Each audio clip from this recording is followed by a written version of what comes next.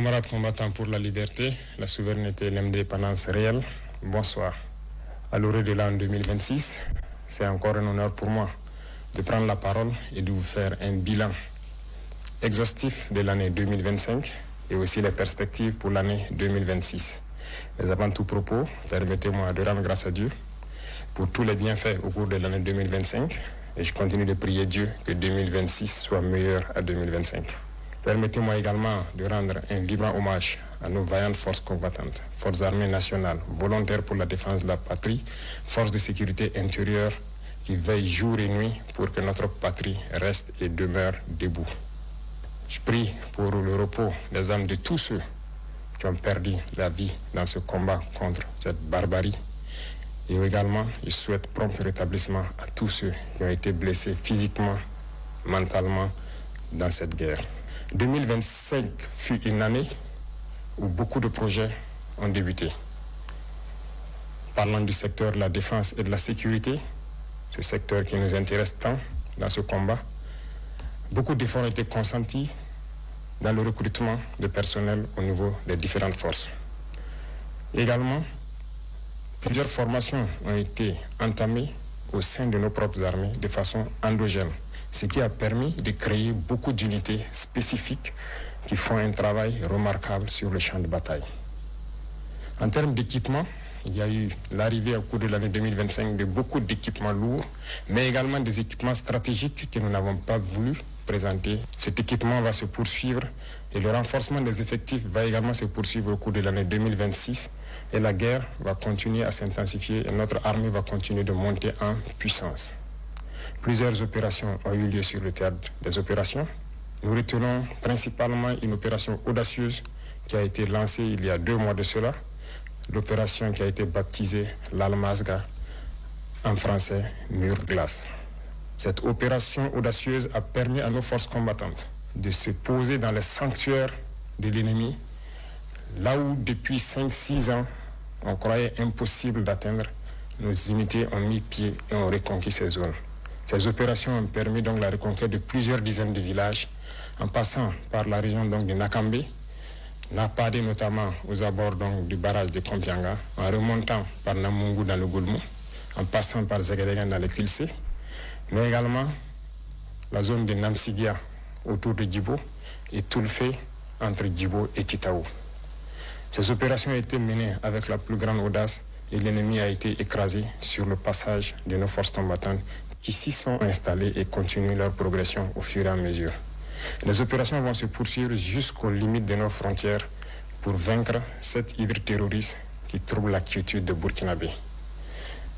L'armée va continuer à monter en puissance, les forces de sécurité intérieure également. Il y aura un petit changement qui va permettre au VDP de se projeter plus en avant pour appuyer les autres forces. Cette situation de conflit a également fait que nous avons malheureusement des personnes déplacées internes qui attendent toujours de rejoindre leur village.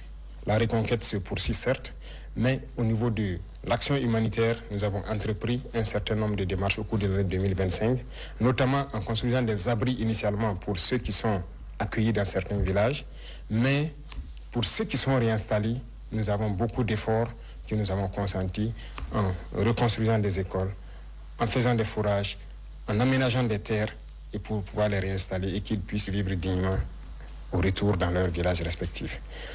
Nous allons poursuivre cette tendance parce que nous ne voulons pas que nos populations qui retournent dans leurs villages restent dans l'assistanat. Nous voulons qu'elles puissent contribuer, qu'elles puissent produire et pouvoir vivre dignement. Voilà pourquoi le ministère donc, de l'Action humanitaire est basé sur les différents ministères pour pouvoir accompagner toutes ces personnes déplacées internes initiales au retour dans leur village, de pouvoir s'installer et avoir donc de quoi travailler dans leurs villages respectifs. Cette dynamique va se poursuivre d'autant plus que beaucoup de villages sont en train d'être reconquis à l'instant même où je parle. Chaque villageois qui se réinstalle doit pouvoir travailler et se nourrir lui-même. Parlant du domaine de la santé, plusieurs efforts ont été consentis. Il s'agit notamment donc de la construction de centres médicaux communaux qui ont vu le jour en 2025 et cette dynamique va se poursuivre. Certains sont en phase de finition, mais d'autres sont donc en début de construction. L'équipement de ces centres va permettre de rehausser donc le niveau de l'offre de soins au niveau de nos populations. Pour les centres existants, le plateau technique a été amélioré en termes de laboratoire, en termes d'imagerie. Ces offres de soins vont continuer de s'améliorer au profit de nos populations, mais également au profit donc des populations de nos pays voisins, parce que le nombre de patients venus des pays voisins a connu donc un accroissement considérable au cours de l'année 2025, dû principalement à notre politique de revoir à la baisse les coûts des prestations de santé. Nous allons poursuivre dans cette dynamique au cours de l'année 2026, avec la pose aussi des pierres de 9 centres de santé à l'image du centre de santé de Pala. Toutes ces infrastructures vont donc connaître un début en cours de l'année 2026. Dans le domaine de l'éducation, plusieurs projets ont eu lieu, notamment donc la mutation et la modernisation de nos structures éducatives, des constructions qui désormais vont aller en hauteur. Et donc il y a un projet pour que 2026 soit le début effectif de l'implémentation de ce type de centres d'éducation tout au long de l'année et partout sur le territoire national. Vous savez bien que nous sommes dans une mutation pour amoindrir un peu l'effet de l'enseignement général et mettre l'accent sur l'enseignement technique et professionnel. Cette mutation est en cours. Beaucoup de lycées techniques et professionnels verront le jour, mais également très bien équipés pour pouvoir répondre aux besoins de développement de notre patrie. Du côté de nos étudiants, beaucoup de centres universitaires verront le jour donc, au cours de l'année 2026, mais déjà en 2027, nous avons commencé la construction d'un certain nombre d'amphithéâtres et de bâtiments pédagogiques. Certains sont en phase de finition et d'autres finiront en 2026. Nous poursuivrons cette dynamique pour permettre à tous les centres universitaires, à toutes les universités, de pouvoir étudier de façon digne et aussi la modernisation en ce qui concerne l'Internet et l'éducation virtuelle va se poursuivre parce que nous venons d'acquérir donc un certain nombre de serveurs au profit uniquement des universités pour que les étudiants puissent avoir des bibliothèques en ligne et cette dynamique va se poursuivre. Les laboratoires vont continuer à monter en puissance et nous allons ainsi donner un espace à nos étudiants de faire des cours théoriques, mais également de faire la pratique et de s'exprimer pour que petit à petit, leur éducation passe d'une éducation théorique à une éducation pratique pour la production au profit de nos populations. Dans le domaine des infrastructures, beaucoup d'efforts ont été consentis. Au cours de l'année 2025, comme vous le savez, 4 régions ont bénéficié de leur brigade de construction de routes. D'autres équipements spécifiques de terrassement et également de bitumage sont arrivés. Et au cours de l'année 2026, s'il plaît à Dieu, 4 autres régions, en début d'année, seront dotées de brigades de construction des routes. Et ça sera le début effectif de construction d'un certain nombre de routes nationales et départementales, en plus des autoroutes qui sont programmées. Nous voulons aller à un rythme soutenu, ce qui nécessite que nous équipons toutes les régions avant de pouvoir nous projeter de façon efficace, comme cela a été le cas avec le lancement des travaux de l'autoroute. Nous avons opté de changer le modèle donc d'urbanisme. L'État va prendre en compte la construction de nos villes. Aujourd'hui, la construction de nos villes est un impératif parce que ce que nous vivons, le problème sanitaire est dû au fait qu'il n'y a pas d'assainissement dans nos villes. Les espaces sont trop grands et nous avons opté de construire en hauteur. 2026 verra le début de grands projets dans ce domaine d'urbanisation et de concentration des populations pour exploiter l'espace et pouvoir assainir pour que nos populations puissent vivre dignement et en très bonne santé dans des centres assez propres, côté environnement et côté sanitaire. Dans le secteur minier, 2025 a connu des innovations majeures. Il s'est agi pour nous de faire en sorte de nous approprier de nos ressources minières, ce qui a conduit l'État à d'abord s'approprier d'un certain nombre de mines en rachetant avec certains partenaires, mais également en se mettant à l'exploitation des mines tant industrielles que semi-mécanisées, à travers la création donc de la SOPAMIB. Également, les sorties d'or incontrôlées ont connu donc une baisse significative à travers la création de la SONASPE qui a permis d'avoir un contrôle tant sur l'orpaillage traditionnel que sur l'exploitation industrielle donc, de nos ressources minières. Le secteur de l'énergie va connaître également une mutation en 2026 à travers la création d'une initiative. Une initiative qui va être axée sur l'eau et l'énergie pour permettre à nos populations de bénéficier d'eau potable partout où elles sont et également de bénéficier de l'électricité pour pouvoir vaquer à leurs occupations. Dans ce sens, nous avons entamé en 2025 un certain nombre de projets pour accroître l'offre d'énergie et aussi être indépendant pour diminuer les importations d'énergie au Burkina Faso. Chers frères et sœurs, chers parents, 2025 a été une année riche en termes d'agriculture et d'élevage.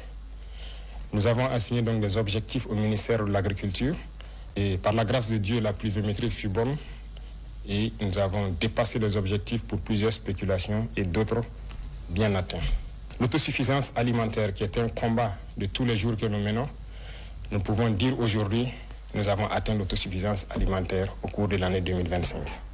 Nous allons poursuivre les efforts dans le secteur de l'agriculture, notamment en rachetant des machines tant pour les labours que pour les récoltes, en faisant des labours gratuits, fortement subventionnés au profit de nos populations, en subventionnant les intrants et également en leur fournissant des semences de qualité produites par nos chercheurs. Beaucoup de terres sont en train d'être récupérées par nos forces combattantes. Nous allons rapidement nous mettre à la tâche dès le début d'année dans l'aménagement de ces terres pour permettre à ces populations qui se réinstallent de pouvoir exploiter de façon sereine leurs terres et accroître nos productions. Dans le même sens, nous encourageons tous ceux qui sont dans la transformation, à petite échelle comme à grande échelle, de poursuivre les efforts et tous ceux qui comptent venir dans ce secteur de rapidement s'y ruer parce que la production va continuer à s'accroître. Nous avons aussi créé l'ONBA pour que les retenues d'eau puissent être réalisées dans chaque village. Ainsi, il ne sera plus question de cultiver au bout d'une seule saison, mais nous espérons pouvoir cultiver 2 ou 3 fois au cours de l'année. L'ONBA est en train de monter en puissance et d'ici là, dans chaque village, nous espérons avoir une retenue d'eau pour permettre aux jeunes de vivre leur métier d'agriculteur, leur métier d'élevage. Beaucoup de vaccinations ont eu lieu au cours de l'année 2025, pour la plupart gratuites, pour d'autres fortement subventionnés, ce qui a permis donc de préserver des millions de têtes de volailles, de bovins, de caprins. La pisciculture est en train de monter en puissance avec les cages flottantes qui sont installées un peu partout sur nos barrages, ce qui est une très bonne expérimentation qui a fait accroître la production piscicole de Burkina Faso et nous espérons que 2026 puisse être une année au cours de laquelle nous allons être suffisamment outillés pour atteindre l'autosuffisance et arrêter un tant soit peu l'importation de poissons d'eau douce au Burkina Faso. Les efforts vont se poursuivre également dans le secteur de l'élevage en faisant en sorte qu'en stabulation pure, les éleveurs puissent bénéficier donc de cultures fourragères et également à travers Faso Goulougo de bénéficier d'aliments de qualité qui seront produits et contrôlés par nos chercheurs. Tout cela contribue donc à atteindre l'autosuffisance alimentaire, mais également à participer à la transformation de nos matières premières et en vue d'une exportation vers certains pays amis qui voudront bien s'approvisionner au Burkina Faso. Camarades, dans le domaine de l'économie, 2025 a été une année prolifique pour le Burkina Faso. Je peux dire, en macroéconomie, sans me tromper, que notre économie se porte très bien. En témoigne, lorsque nous faisons le test d'aller sur le marché régional, de lever des fonds, nous sommes toujours au-delà de ce que nous espérons. Ce qui prouve la confiance des opérateurs économiques et de certains bailleurs africains au Burkina Faso. Nous allons poursuivre les efforts, tant dans le domaine des impôts, de la douane, mais également de la digitalisation des opérations pour diminuer le risque de fraude au niveau donc de notre économie. C'est dans ce sens qu'à partir de janvier, il sera lancé normalement la facture électronique certifiée qui doit permettre au commerce de pouvoir se faire sans corruption. Et cela permettra donc encore d'accroître les recettes de l'État et de pouvoir mener un commerce sain au profit donc de nos populations. Nous allons poursuivre les efforts dans le domaine de l'économie à travers une économie saine qui doit permettre à ce que les investissements soient structurants et continuent à diminuer les dépenses de fonctionnement au niveau de l'administration. Les efforts consentis au niveau de l'agriculture, au niveau de la défense et dans tous les secteurs des infrastructures, notamment en prenant en compte la construction de nos infrastructures nous-mêmes, permettent de faire beaucoup d'économies d'échelle. Dans le domaine de l'énergie et de l'eau, les initiatives qui vont venir doivent permettre également de faire des économies d'échelle et de pouvoir investir dans des secteurs structurants. Tout cela doit permettre à l'économie burkinabé de faire une avancée significative. En plus de cela, les ressources minières que nous allons exploiter par nous-mêmes maintenant doivent permettre en 2026 de faire un bond considérable en matière de PIB pour que le Burkina Faso puisse, dans un laps de temps, devenir une économie émergente à travers le monde.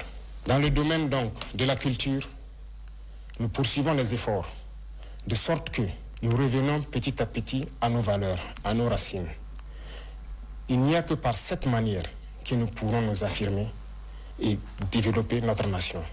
Je le dis parce que revenir à l'éducation technique et professionnelle et en combinant cela avec nos valeurs, nos connaissances endogènes, nous pouvons créer et innover à partir de ce qui existe et pouvoir arrêter un tant soit peu les importations d'un certain nombre de produits au Burkina Faso.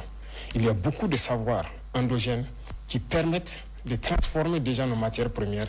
Il suffit d'ajouter de la science pour que cela puisse nous aider. Et la culture fait partie de tout cela et participe activement au développement de notre nation. Sur nos valeurs endogènes, nous allons mettre l'accent au niveau de nos écoles et des tout-petits. Parce que le Burkinabé, l'homme intègre, a des valeurs qui nous ont été léguées par nos ancêtres. Des valeurs d'honnêteté, des valeurs d'intégrité, des valeurs de dignité et des valeurs de patriotisme. Et tout cela pourra s'enseigner à travers la culture, aussi au niveau des tout-petits, pour que nous construisions des Burkinabés de demain. Beaucoup d'événements culturels ont eu lieu en 2025, mais en 2026 également, beaucoup d'événements culturels auront lieu et il y a des grands projets dans le domaine de la culture. Mais tout cela, comme je l'ai dit, doit être axé sur nos valeurs ancestrales endogènes qui doivent permettre de créer de nouveaux Burkinabés basés sur nos propres valeurs. Tout cela doit faire la différence avec le Burkinabé que l'impérialisme a voulu bien construire au Burkina Faso. Le Burkinabé nouveau doit être quelqu'un qui s'est départi de toute corruption et qui doit mettre la patrie au devant de tout ce qu'il fait. C'est à ce sens que nous pourrons vaincre ce terrorisme qui nous menace également aujourd'hui, mais également pouvoir développer de façon consistante tout ce que nous produisons ici et pouvoir être une nation puissante et émergente. 2025 a été une année d'industrialisation également. Beaucoup d'unités industrielles ont vu le jour, notamment dans la transformation de nos matières premières, et beaucoup de ces unités ont été accompagnées par l'État à travers le Fonds burkinabé de développement économique et social, mais aussi des banques étatiques. 2026 sera aussi une année industrielle beaucoup plus importante parce que nous avons beaucoup d'unités industrielles qui seront prêtes au cours de l'année 2026, mais également, comme vous pouvez le constater, nous avons accordé des financements à certains privés à travers donc des institutions étatiques et certains fonds nationaux pour les accompagner à la création d'unités industrielles qui doivent transformer nos matières premières essentiellement. Nous avons fusionné les fonds en 4 grands fonds qui doivent permettre d'aider tous ceux qui veulent entreprendre et qui ont un minimum dans le domaine principalement de la transformation et aussi de l'agriculture. Ces domaines sont très importants pour nous parce que c'est en produisant et en transformant ce que nous produisons que nous pouvons devenir une nation puissante. Et donc l'État, en transformant ces fonds, veut avoir une marge importante pour pouvoir aider tous ceux qui sont du privé et également les entreprises nationales, étatiques, qui doivent émerger en 2026 pour que cette transformation de nos matières premières soit une réalité. Également le domaine du coton, qui autrefois était exporté brut, la première unité industrielle sera prête en 2026 et nous allons continuer avec d'autres unités industrielles pour transformer notre coton.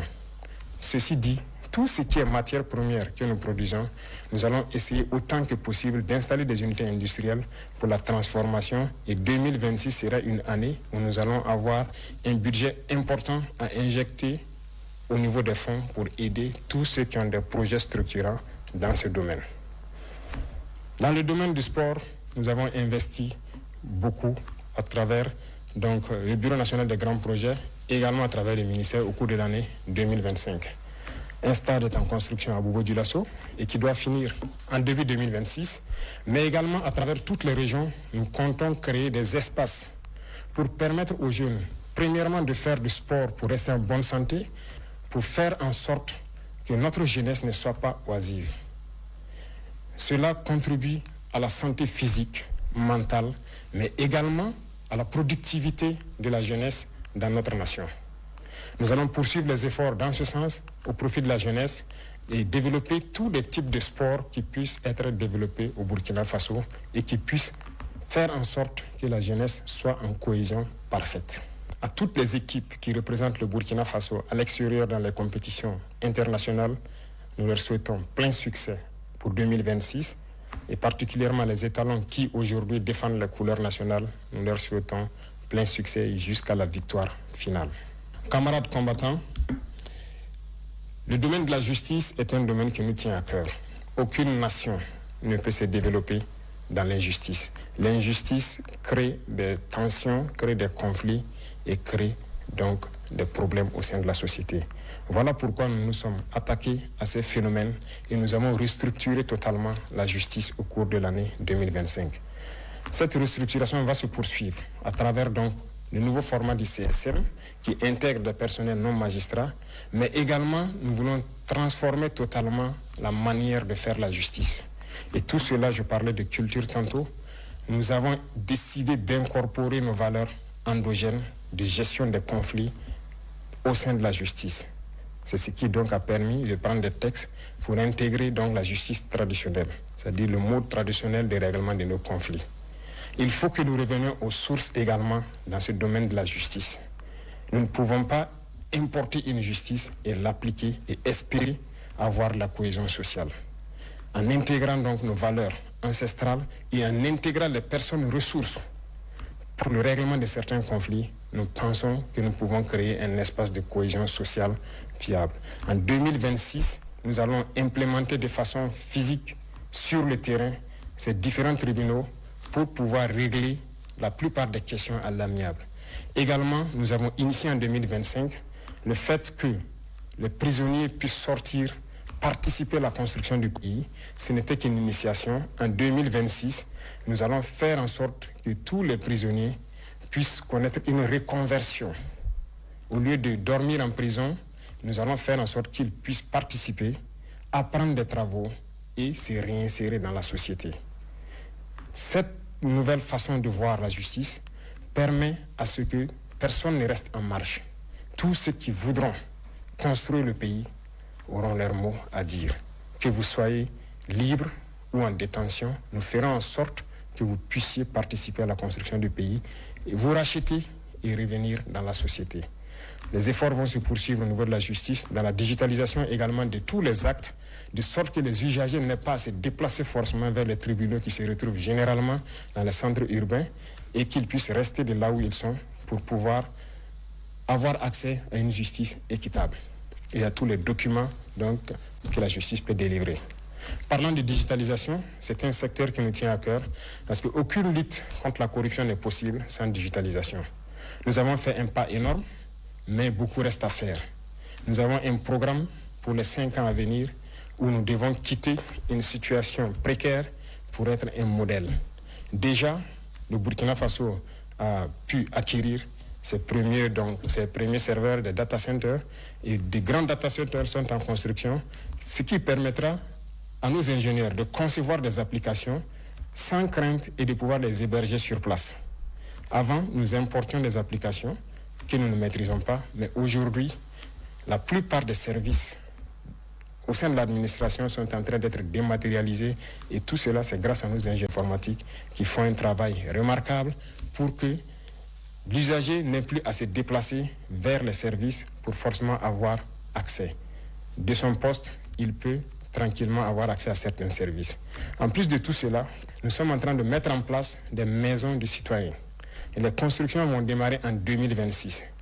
Ces maisons seront donc installées dans beaucoup de chefs-lieux de province, mais également nous irons jusqu'au département pour faire en sorte que quiconque ne maîtrise pas l'outil informatique puisse aller dans ces maisons, trouver des Burkinabés qui vont les aider à avoir accès à tous les services à travers les plateformes qui seront installées sur les machines dans ces maisons. Cette digitalisation va se poursuivre et la modernisation de l'administration également va se poursuivre pour nous permettre de lutter efficacement contre la fraude et tous les abus qui puissent exister au sein de l'administration. Chers frères et sœurs, chers parents, vous avez pu constater qu'au cours de l'année 2025, nous avons dû faire donc les états généraux au niveau de l'administration territoriale. Ces états généraux ont conduit donc à des conclusions que nous avons exploitées et également donné une vision, ce qui a conduit donc à modifier le code des collectivités territoriales. Ce code a été modifié pour nous permettre d'avoir une nouvelle architecture. Certes, le redécoupage régional a évolué, mais la fonction des collectivités territoriales doit évoluer également. Parce que le développement ne se fera pas uniquement dans les villes. Le développement doit partir des villages. Et pour cela, il a fallu donc que nous touchions ce code. Nous allons installer des PDS avec des missions assez claires qui seront évaluées et suivies par les préfets, de sorte que tout ce que nous avons comme vision en matière de développement, comme je l'ai cité tantôt, puisse commencer au niveau des villages, impliquer tous les villageois et ils seront notés et évalués en fonction de ce qu'ils vont faire dans les différentes collectivités. C'est ce qui a amené principalement au changement donc, de ce code et 2026 sera l'année où nous allons implémenter réellement sur le terrain ce nouveau code des collectivités. Au niveau de l'administration territoriale, beaucoup de choses ont évolué en ce sens que l'administration déconcentrée n'était pas administrée de façon efficace pour connaître qui exactement est à son poste.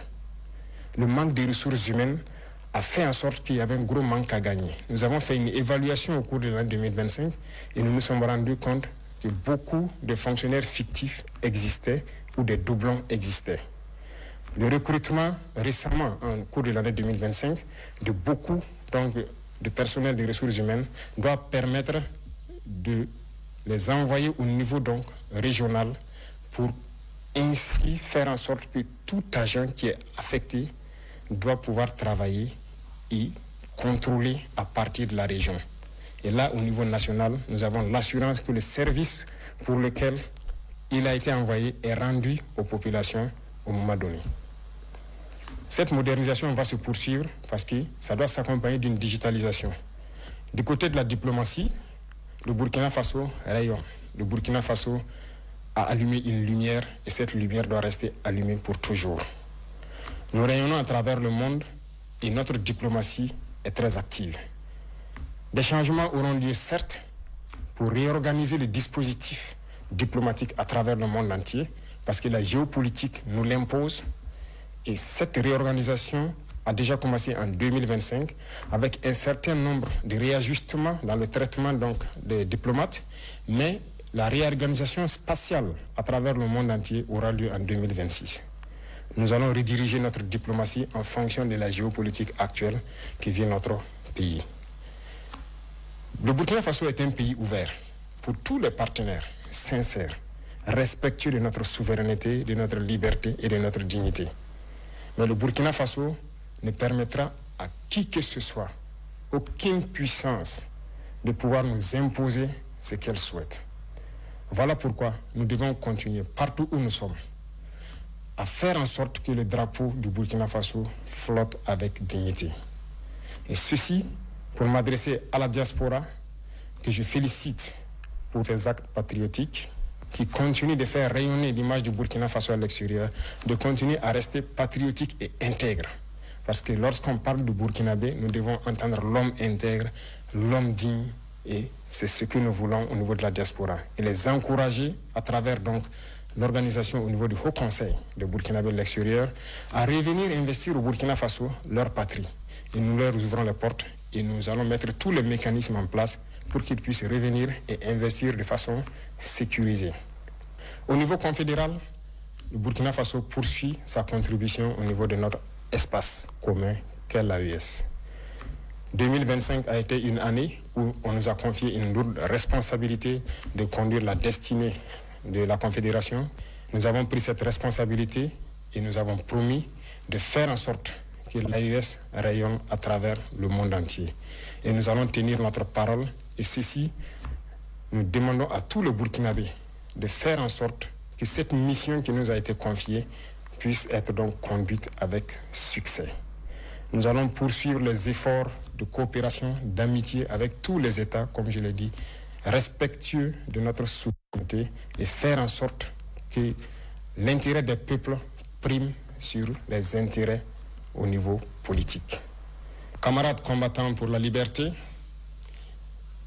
Je tenais à féliciter tous les acteurs, qu'ils soient du monde de l'éducation, de l'agriculture, des infrastructures, du monde de l'économie, les agents de la santé, nos vaillantes forces combattantes, pour tous les efforts consentis au cours de l'année 2025, de continuer à mouiller le maillot, comme on aime le dire, à se sacrifier, à se donner corps et âme pour le bonheur de notre population.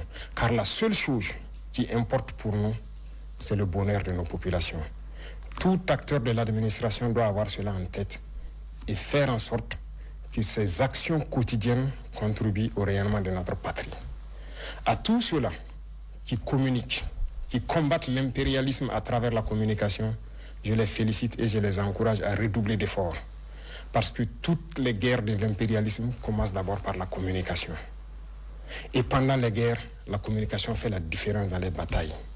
La communication est un maillon essentiel, est un maillon névralgique pour le succès des opérations. Poursuivez votre effort de communication, poursuivez votre effort à faire en sorte que leur désinformation ne puisse pas toucher nos populations. Je vous félicite parce que vous avez fait beaucoup d'efforts ces derniers temps en prouvant aux yeux de tout le monde que le Burkina Faso est debout. Et quand je parle d'acteurs de la communication, je parle du monde de la presse, qu'elle soit privée ou publique, et de tous ceux qui œuvrent à travers donc les médias sociaux à montrer une image saine du Burkina Faso. Et je remercie également tous ceux qui ont pris de leur temps, qui ont quitté l'extérieur, venir au Burkina Faso pour constater les réalités du Burkina Faso et qui ont pu le diffuser à travers leurs canaux pour faire comprendre à ces médias mensongers que ce qu'ils disent de notre patrie est totalement faux. Continuez dans ce sens parce que je le dis et j'insiste, la communication est un maillon névralgique dans le succès de notre lutte. Les révolutions passées n'ont pas abouti, nous connaissons les causes, mais nous ferons en sorte que cette révolution aboutisse pour le bonheur de nos populations. Le Burkinabé est intrinsèquement révolutionnaire. Voilà pourquoi toute la population doit mettre la main à la pâte, faire en sorte que la communication, l'intoxication et la désinformation de l'impérialisme ne passent pas. Pour tous ceux qui sont encore sceptiques, qui ne croient pas à la dynamique, je les invite à regarder un peu dans le rétroviseur. Dans le passé, il y a quelques années, comment était le Burkina Faso, à faire un meilleur culpa et voir exactement ce qui a été fait au bout de ces 3 années et rejoindre le bateau. Nous ne voulons pas exclure quelqu'un, mais comme nous l'avons dit, si quelqu'un ferme les yeux et refuse de voir le soleil, nous ne pouvons pas faire autrement que de les laisser en marche.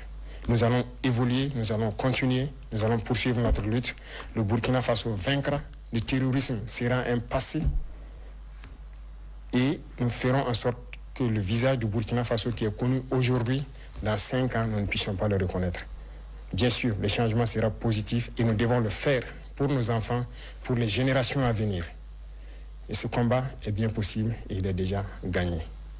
J'invite tout un chacun à redoubler d'efforts pour que 2026 soit meilleur que 2025. Vive le Burkina Faso, vive notre patrie libre, digne, intègre et prospère. Bonne et heureuse année 2026. La patrie ou la mort, nous vaincrons.